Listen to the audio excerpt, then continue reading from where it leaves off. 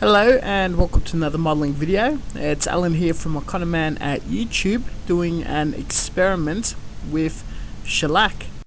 What led me to want to play with this medium, besides always after experimenting on different fun things, a few years ago I saw someone trying to attempt to hand paint with this medium.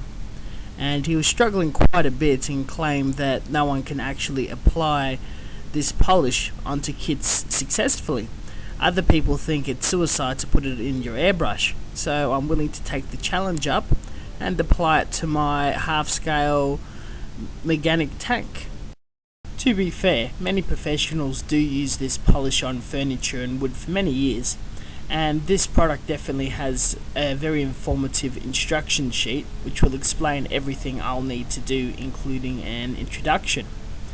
I have primed this kit and I'm also using titanium silver as an undercoat, trying to go for an old school candy effect. What is shellac?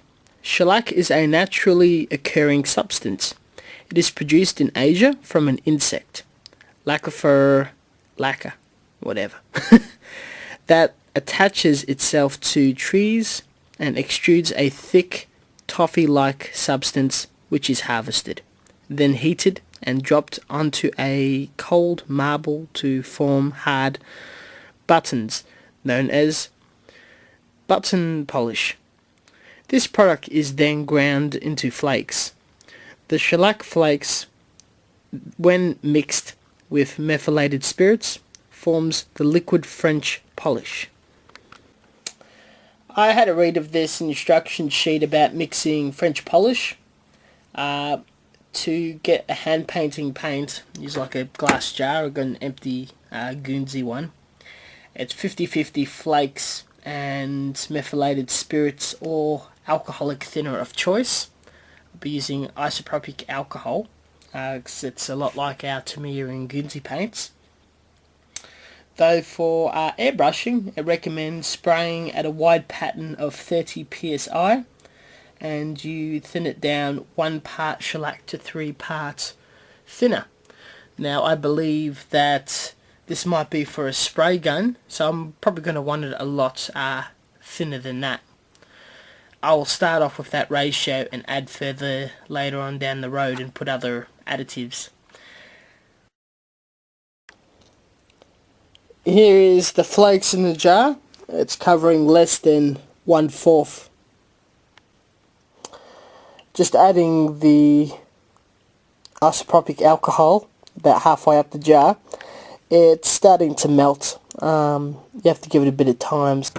Using a flat end of a pen or texture, I mash up the flakes and then stir up the fluid. I allow the mixture to dissolve for a good overnight or 24 hours, periodically mixing it every several hours. For airbrushing, you'll want to strain it because there'll still be quite a few flakes and debris inside the jar. Once your pieces are ready for airbrushing, mount and skewers and put the mixture in your airbrush. I've used Tamiya acrylic retardant to prevent the airbrush from seizing or any damage being caused. Only a few drops required. Downside, it's going to take a while to dry. I only did about 3 coats, about a few hours between each coat, and all I've achieved is this champagne colour, which isn't too bad and is a nice effect.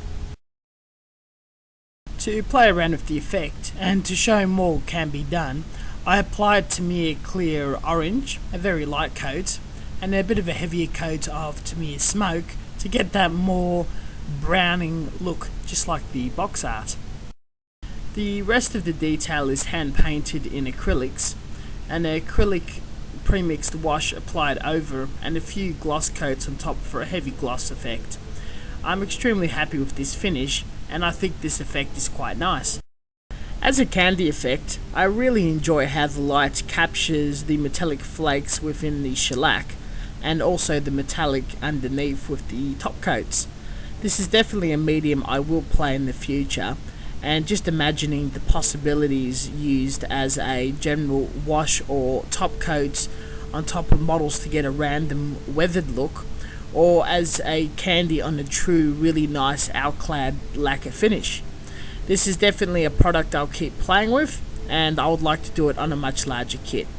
Thank you very much for watching, and until next time, I hope this presentation has inspired you to play with very unusual mediums out there in the hobby world. Catch you later.